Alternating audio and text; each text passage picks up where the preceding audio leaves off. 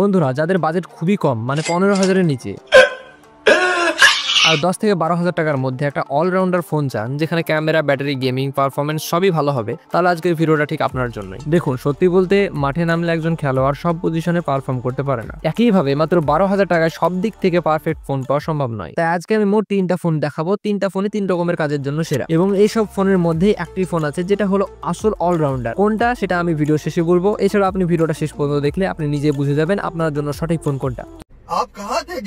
চলুন আর বেশি কথা না বাড়িয়ে আজকে ভিডিওটা শুরু করা যাক। আর হ্যাঁ বন্ধুরা, যারা এখনো লাইক করেন অবশ্যই একটি লাইক করে দিবেন। আর চ্যানেলে নতুন হয়ে থাকলে নিচে যে লাল সাবস্ক্রাইব বাটনটা দেখছেন,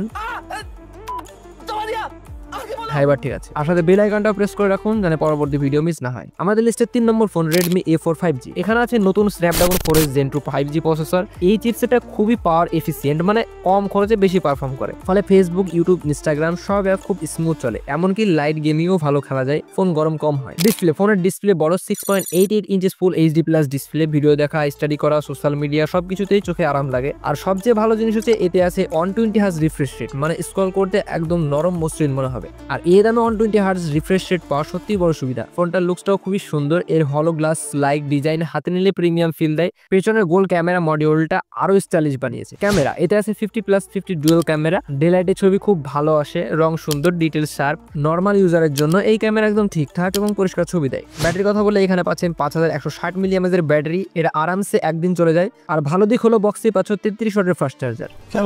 হ্যাঁ ঠিকই শুনেছেন, মানে দ্রুতই ফুল চার্জ হয়ে যায়। এই দামে বক্সে ফাস্ট চার্জার পাওয়া এখন রেয়ার, তাই এটা একটা বড় প্লাস। আমাদের লিস্টে 2 নম্বর phone Vivo T4 Lite 5G। Battery হলো এই ফোনটা সবচেয়ে বড় শক্তি। 6000 mAh এর ব্যাটারি, মানে একবার চার্জ দিলে সহজেই পুরো দিন, অনেক সময় 2 দিন পর্যন্ত চালানো যায়। যারা লং ব্যাটারি চান তাদের জন্য এটা একটা দারুণ অপশন। এছাড়া ফোনটিতে রয়েছে IP64 রেটেড, মানে পানি ছিটে গেলে বা ধুলোর সমস্যা হওয়ার কোনো সুযোগই নেই। বাজেট ফোনে এই ফিচার্স পাওয়া সত্যি রেয়ার। ফোনটি আরেকটা সুবিধা হলো 1000 নিটস পর্যন্ত পিক ব্রাইটনেস, মানে রোদের বাইরে ব্যবহার করলেও স্ক্রিনটা খুবই পরিষ্কার দেখা যায়। এই দামে এত ব্রাইট ডিসপ্লে খুব কম ফোনে পাওয়া যায়। স্ক্রিন সাইজটাও খুব বড়, 6.74 ইঞ্চিস HD+ ডিসপ্লে। বড় স্ক্রিনে ভিডিও দেখা, গেম খেলা, স্টাডি সবই আরামদায়ক করতে পারবেন। ক্যামেরা, এতে রয়েছে 50 megapixel Sony AI camera plus 2 megapixel sensor. Day লাইটে ছবি আসে শার্প, রং সুন্দর, আর ভিভো এর ইন্টন সবসময় সুন্দর দেখায়। ফ্রন্ট ক্যামেরাও মোটামুটি ভালো, 5 মেগাপিক্সেল, যদিও একটু বেশি হলে ভালো হতো, তবুও 5 মেগাপিক্সেল হলেও ছবি ভালো ওঠে, যা সাধারণত সেলফি এবং ভিডিও করার জন্য যথেষ্ট। পারফরমেন্স, ফোনে আছে MediaTek Dimensity 6300 5G প্রসেসর, যেটা খুব পাওয়ার এফিসিয়েন্ট এবং স্টেবল।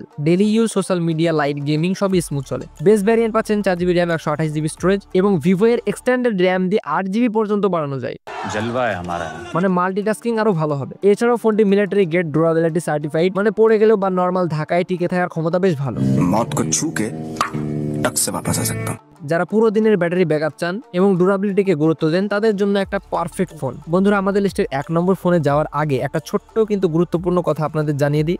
আমি যেহেতু বর্তমানে ভারতে থাকি, তাই আজ যে দামের কথা বলেছি সবই ভারতের অফিসিয়াল মার্কেট প্রাইস অনুযায়ী উল্লেখ করা। বাংলাদেশ থেকে যে ভাইরা দেখছেন আপনাদের জন্য দামের সামান্য তারতম্য থাকতে পারে, কিছু কম বা কিছু বেশি হতে পারে। তাই আপনারা ফোন কেনার আগে অবশ্যই আপনাদের লোকেশন সেট করে আপডেটের প্রাইসটা একবার দেখে নেবেন। আর মনে রাখবেন, যেখানে সত্যিকারে কম দামে পাবেন, ভালোভাবে বিশ্বস্তভাবে, সেখান থেকে কেনার চেষ্টা করবেন। দামের পার্থক্য থাকলেও আমি যে specification, performance, camera details share করেছি সবই যতটা সম্ভব একদম নির্ভুল বাস্তব অভিজ্ঞতা অনুযায়ী দেওয়ার চেষ্টা করেছি, তবু আপনি একবার চাইলে মিলিয়ে নিতে পারেন। আর হ্যাঁ, আজকে যে ফোনগুলো দেখিয়েছি সবগুলোর বাই লিঙ্ক আমার ডিসক্রিপশনে দিয়ে রেখেছি, আপনারা চাইলে সেখান থেকে একবার চেক করে বিশ্বস্তভাবে কিনে নিতে পারেন। আমাদের লিস্টের number 1 phone Realme Narzo 80 Lite 5G। সত্যি বলতে এই প্রাইস রেঞ্জে এটা একটা বেস্ট। প্রথমে বলি 6000 mAh এর ব্যাটারি, মানে একদিন চার্জ দিলে পুরো দিন, এমনকি হেভি ইউজের টেনশন নেই। সাথে পাচ্ছ 120 Hz ফ্ল্যাগশিপ গার্ড 5 ডিসপ্লে। এই দামে এমন স্মুথ ডিসপ্লে খুব কম ফোনে দেখা যায়। স্ক্রলিং, গেমিং সবকিছু একদম মাখনের মতো স্মুথ।